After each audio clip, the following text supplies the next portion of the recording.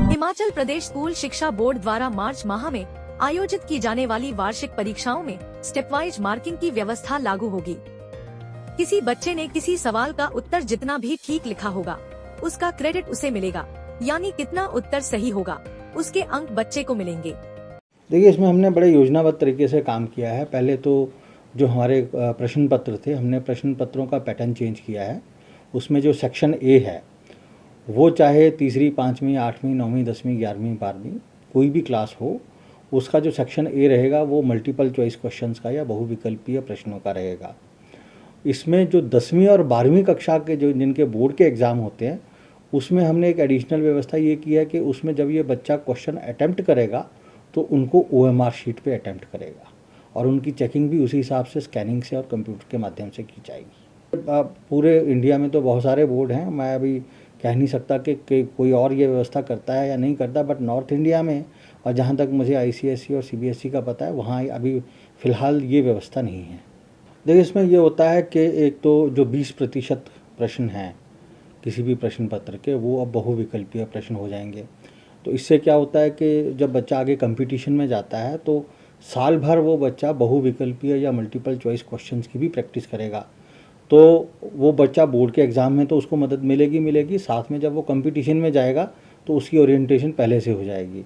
दूसरा ये होता है कि क्योंकि अब हमने इसमें OMR शीट इंट्रोड्यूस कर दी है, तो इसमें कई बार ऐसा होता है कि बहुविकल्पीय प्रश्नों को चेक करने में टीचर्स गलती कर जाते हैं, या जो ऑप्शंस होते हैं उसके वो किसी टीचर के हिसाब से कोई होता है, दूसरे टीचर के हिसाब से कोई होता है, तो एक यूनिफॉर्म की नहीं बन पाती।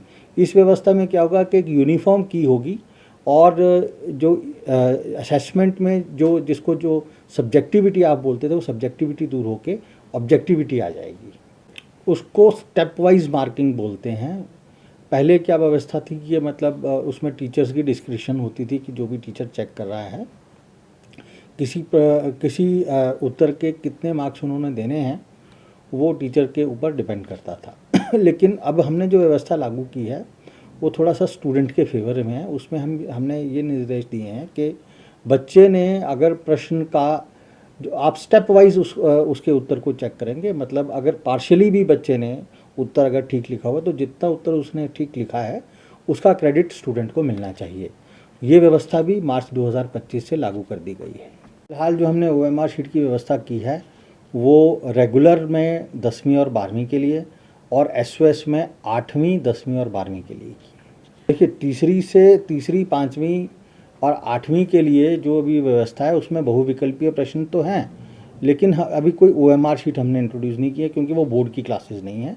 पर जिन क्लासेस की इवैल्यूएशन बोर्ड स्वयं करता है उनके लिए हमने OMR की व्यवस्था कर दी है।